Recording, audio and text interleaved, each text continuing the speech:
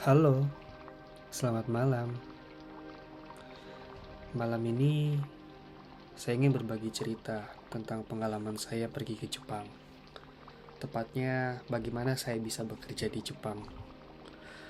Mimpi untuk bisa berkarir di luar negeri ini saya mulai sekitar tahun 2022. Tepatnya pada saat itu sepertinya musim pandemi ya. Sehingga banyak sekali lowongan-lowongan pekerjaan yang ada di internet. Beberapa tidak membutuhkan on-site dan beberapa membutuhkan on-site, tetapi lowongan pekerjaan di luar negeri itu lagi cukup banyak. Apalagi di bidang saya, dunia product manager, pada saat itu sedang booming-boomingnya. Banyak sekali lowongan pekerjaan untuk foreigner sebagai product manager yang tidak membutuhkan kemampuan bahasa lokal. Mimpi itu saya utarakan selalu ke istri, ke manajer. Mereka support. Ada satu ketika momen di mana pada saat itu entah kenapa rasanya ingin mulai cobalah melamar pekerjaan di internet, di LinkedIn, di perusahaan-perusahaan di luar negeri. Sebenarnya alasan dibalik ini semua simpel sih. Kayak saya merasa ketika melihat teman-teman saya yang bisa kuliah, bisa merasakan untuk hidup di luar negeri, kok rasanya mereka menyenangkan gitu loh. Kayak muncul motivasi dalam diri ketika mereka bisa, kenapa saya tidak bisa. Pada saat itu tidak terbersit sama sekalipun dalam pikiran untuk melanjutkan kuliah S2 di luar negeri. Hingga saat ini pun sebenarnya belum ada keinginan untuk melanjutkan S2 di luar negeri. Sehingga salah satu opsi atau cara untuk bisa pergi ke luar negeri atau hidup di luar negeri ya dengan bekerja. Maka melihat fenomena startup yang booming pada sekitar 2022 ya, sebelum semuanya ini berubah. Ini menjadi satu momen yang ada dalam hidup dan saya mencoba untuk memberanikan diri mulai melamar. Pada saat itu buka-buka LinkedIn, asal aja tembak. Yang penting korporasinya di luar negeri dan tidak membutuhkan bahasa lokal, gampang aja kan. Hanya dengan mengklik tombol apply, maka CV kita sudah ada di tangan mereka. Walaupun banyak juga yang tidak mendapatkan respon, tapi ada juga yang mendapatkan respon. Ada yang responnya positif, ada yang responnya negatif, tetapi ya sudah, kita jalani saja. Alhamdulillah mendapatkan beberapa kali kesempatan untuk wawancara atau interview. Interviewnya pakai bahasa Inggris dan kebetulan pada saat itu bahasa Inggris saya juga enggak yang terlalu baik. Pada saat itu saya juga belum suka baca buku. Jadi benar-benar kosakata bahasa Inggris itu sangat-sangat terbatas. Apalagi kan di dunia kerja lebih sering menggunakan bahasa Indonesia dibandingkan bahasa Inggris. Tapi ya udah, pede aja. Pada saat itu saya mencoba menjadi seseorang yang berbeda, menjadi seseorang yang perfect. Jadi ketika ada pertanyaan yang sebenarnya sangat dekat dengan kegiatan sehari-hari di dunia pekerjaan, entah kenapa, karena pada saat itu saya ingin mencoba menjadi seseorang yang perfect, jadi saya menjawabnya itu enggak natural, yang menyebabkan ya seringkali berakhir di interview pertama. Ada yang bahkan sudah sampai user tapi harus berakhir karena ya banyaklah dapat masukan. Dan salah satu hal yang menyenangkan adalah ketika kita melakukan interview dengan perusahaan luar negeri adalah ketika mereka menolak kita, mereka akan kembali ke kita dengan menyebutkan reasonnya atau alasannya kenapa kamu ditolak. Dan ini satu hal yang mungkin sangat-sangat jarang kita dapatkan ketika kita coba melamar melamar pekerjaan di perusahaan Indonesia. Karena seringkali kalau di perusahaan Indonesia ketika kita melamar, kalau rasanya kita tidak cocok atau rasanya perusahaan itu tidak mau menerima kita, instead of mereka kembali ke kita minimal, maaf Anda belum diterima, mereka lebih seringnya itu untuk meninggalkan kita tanpa alasan.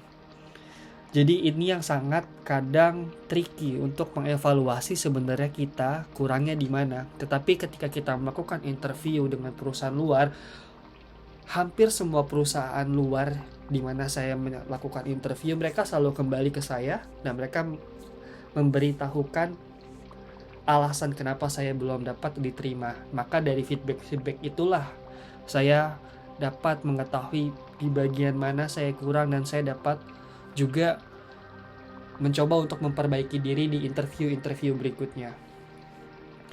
Nah, jadi buat teman-teman yang mau mencoba melakukan evaluasi diri sudah sejauh mana sih sebenarnya tingkatan teman-teman, jangan pernah takut untuk mencoba ngelamar ke perusahaan luar negeri. Ini merupakan opportunity yang bagus banget sih sebenarnya buat teman-teman untuk mengetahui sudah sejauh mana dan teman-teman akan dapatkan feedbacknya. Syukur-syukur teman-teman diterima, tapi kalau tidak diterima minimal kita tahu di mana kekurangan kita dan kita dapat memperbaikinya. Saya melakukan interview di perusahaan luar negeri itu udah cukup banyak sih. Mungkin ada sekitar 3 atau 4 perusahaan, ada yang di Jerman, ada yang di Inggris, ada yang di Jepang juga. Jadi bukan one shot one goal gitu, enggak.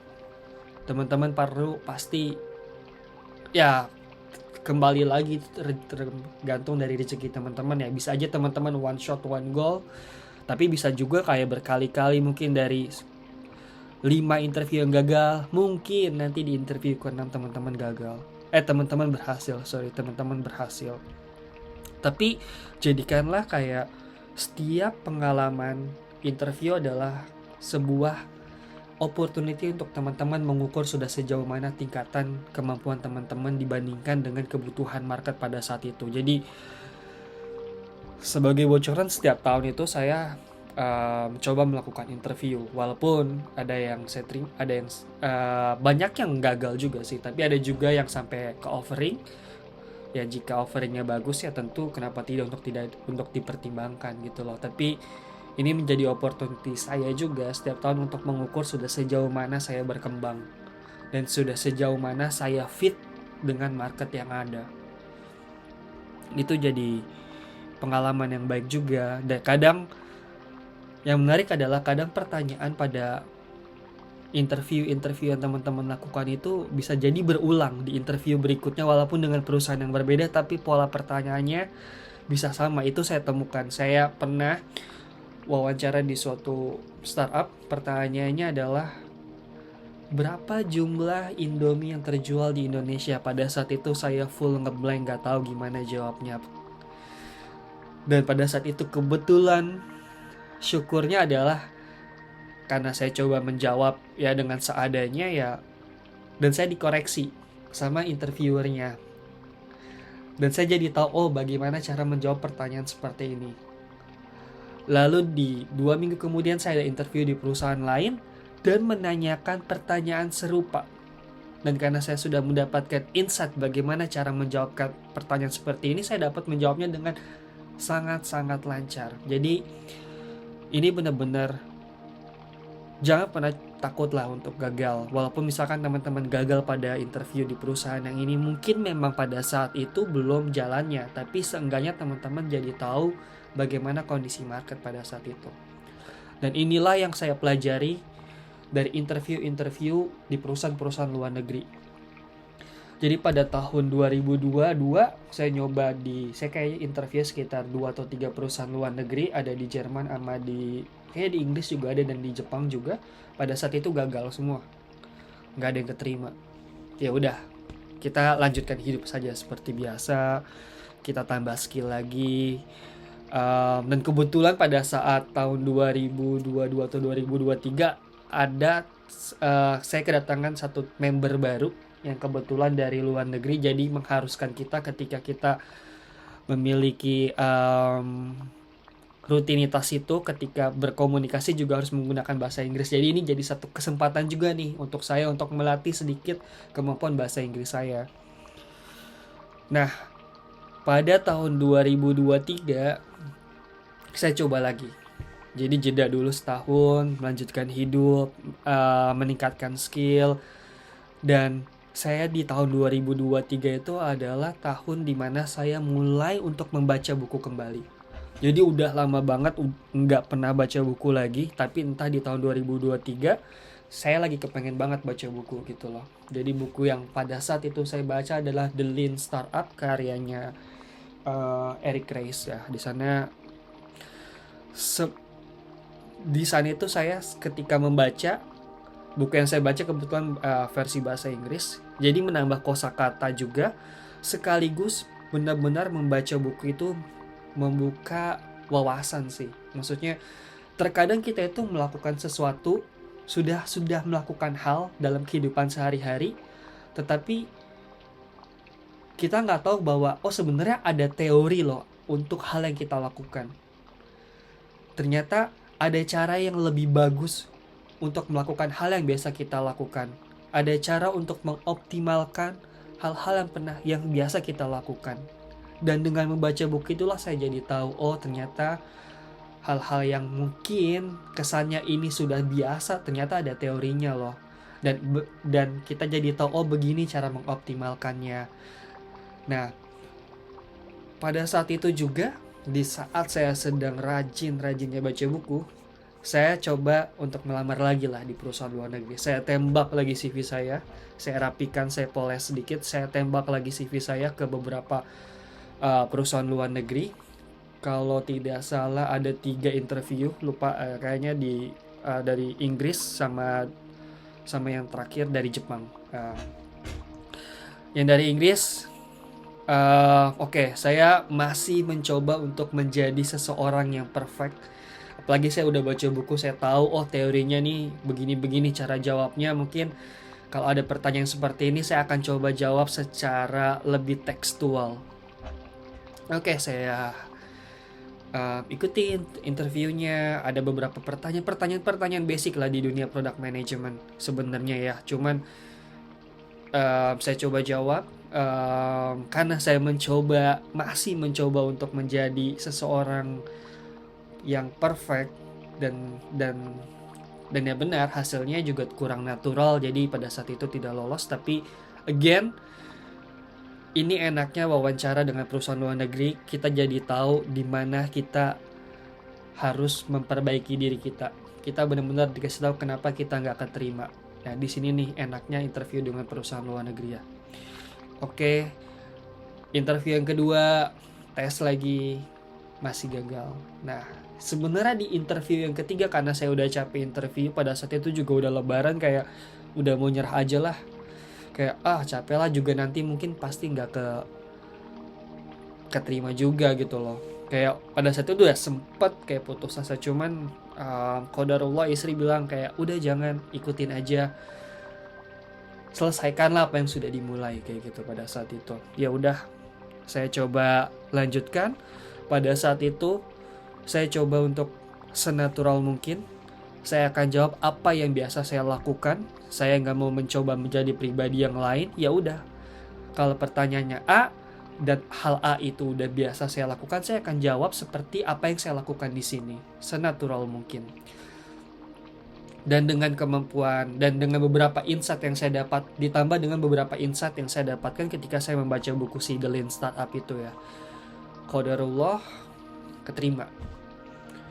Jadi interview pertama keterima, lanjutlah interview kedua. Nah di interview kedua juga saya sempat udah putus asa nih di interview kedua, karena rasanya saya merasa kayak kurang pede jawabnya lah kayak gitu. Cuman ya lagi dan lagi, ini memang udah mungkin jalannya. Keterima tuh interview kedua. Akhirnya lanjut ke interview ketiga sorenya. Habis itu kalau ke perusahaan ke Jepang yang kebetulan saya bekerja sekarang, itu mewajibkan untuk tes TOEIC ya. Ya, jadi wah saya juga deg-degan pada saat mau tes TOEIC karena saya nggak pernah ikutan tes kayak gitu ya, kayak tes TOEIC, IELTS, TOEFL, dan skornya pada saat itu diwajibkan untuk 800. Tuh lumayan tinggi banget sih. Jadi udah pesimis juga nih, aduh ini gimana ya, karena ya biasanya selama ini ngomong bahasa Inggris kayaknya agak belepotan dan tidak sesuai dengan grammar yang ada. Yang penting kayak pada saat biasa kalau kita berkomunikasi kan, konsep komunikasi kalau misalkan yang penting apa yang kita sampaikan, apa yang mau kita sampaikan itu bisa diterima atau bisa dimengerti lah. Kayak masa bodoh gimana grammarnya. Cuman ini kan harus ada tesnya, jadi ya udah belajar secukupnya, sekuat-kuatnya, dan ya alhamdulillah lolos juga tes TOEIC-nya. Ya alhamdulillah semuanya berjalan, kayaknya cukup nggak lama, kayaknya sekitar 1 bulanan lah ya. Tapi ya sekitar 1 bulan lalu dapat offering letter. Nah ini juga pada saat dapat offering letter ini kan di negara, jangan langsung tergiur dengan nominalnya lah ya teman-teman. Mungkin ini nominalnya tinggi lah, di atas salary kita di Indonesia. Tapi teman-teman mesti aware ketika teman-teman itu keluar negeri, teman-teman mesti aware sebenarnya berapa sih biaya hidup yang diperlukan di sana gitu loh. Ketika teman-teman harus tinggal di luar negeri, belum lagi biasanya perhatikan juga potongan-potongan pajaknya. Ini juga harus teman-teman perhatiin. Jangan sampai teman-teman tergiur lah dengan cuman nominalnya. Oh nominalnya gede tapi ternyata potongan pajaknya let's say 20 atau 30%. Nah lalu biaya hidupnya juga di sana mahal. Nah itu juga teman-teman harus benar-benar riset dengan baik. Ini juga yang saya lakukan ketika saya dapat offering. Saya coba riset, kira-kira biaya hidup di Jepang itu butuhnya berapa sih, apalagi kan saya sudah berkeluarga. Jangan sampai ketika saya pergi ke Jepang malah jadi negatif gitu loh, di sana malah nggak bisa nabung apa-apa kan, habis dengan biaya hidup ya. Jadi hal-hal yang seperti itu juga teman-teman harus pertimbangkan lah. Nah dari hasil riset yang ya kita coba riset dan kita udah dapatkan kira-kira oh ini angkanya segini. Dan pada saat itu juga sebenarnya saya nggak pengen nargetin yang pengen dapat yang banyak-banyak banget, karena again motivasinya ketika saya keluar, motivasi awalnya adalah bukan untuk memperkaya diri. Yes, we need the money lah to continue our life, tapi that's not our ultimate goal lah. Cuma simple aja, kita cuma pengen coba ngerasain hidup di luar negeri seperti apa sih gitu loh. Maka motivasinya kita kembali lagi ke sana. Jadi nah hal ini juga yang kadang membuat kita ragu untuk nego, karena aduh ini kalau saya nego nanti perusahaannya ngira saya matre, nanti dia malah nolak saya, hilanglah kesempatan. Nah teman-teman gak perlu takut. Jadi negosiasi itu merupakan hal yang wajar lah teman-teman. Jadi negosiasilah dengan harga yang wajar juga, tentunya dengan riset yang teman-teman harus lakukan dulu lah. Jadi jangan sampai asal nembak aja naik 50%. Ya bisa teman-teman coba asal nembak, cuman ya tetaplah diperhitungkan. Nah pada saat itu ya sempat konsultasi juga lah sama istri, sama keluarga, sama manajer juga. Ini gimana ya kira-kira, kalau wajar nggak sih kalau kita coba nego ya. Pada saat itu manajer saya dan istri juga ya udah nego aja, nothing tulus. Kalaupun misalkan mereka tidak mau, ya udah mungkin memang belum jalannya, karena mau dipaksa juga nanti takutnya malah terlalu dipaksakan lah. Maksudnya nanti di sana juga jadi sulit, karena kan apalagi di sana nggak ada keluarga, nggak ada siapa-siapa ya. Jadi benar-benar harus diperhitungkan. Ya udah kita mulai, saya nego lah. Ya alhamdulillah negonya diterima, bahkan sedikit lebih tinggi. Tapi pada saat itu saya negonya juga nggak yang gede-gede banget lah. Nah dan disitulah kayak prosesnya lumayan cepat. Jadi proses tanda tangan kontraknya, proses nego dan lain-lainnya itu mungkin makan waktu sekitar 2 minggu. Ketika udah tanda tangan kontrak ya udah saya harus nunggu sekitar, dikasih waktu kalau nggak salah lupa 2-3 bulan kalau nggak salah Dan di kantor saya itu notice periodnya 2 bulan, jadi ya udah. Jadi waktu itu dikasih waktunya 3 bulan karena harus mengurus visa kan, dan kebetulan saya juga harus ngurus visanya nggak sendiri, tapi saya langsung bawa keluarga saya gitu. Dan ya udah, semua berjalan ya. Mungkin ya sekian dulu lah cerita di podcast, um, podcastan lah ya. Semoga bisa bermanfaat lah buat teman-teman. Kalau misalkan ada pertanyaan atau hal yang mau ditanyakan, ya bisa komen aja, nanti mungkin saya akan bahas di podcast berikutnya. Terima kasih. Assalamualaikum. Salam sukses semua.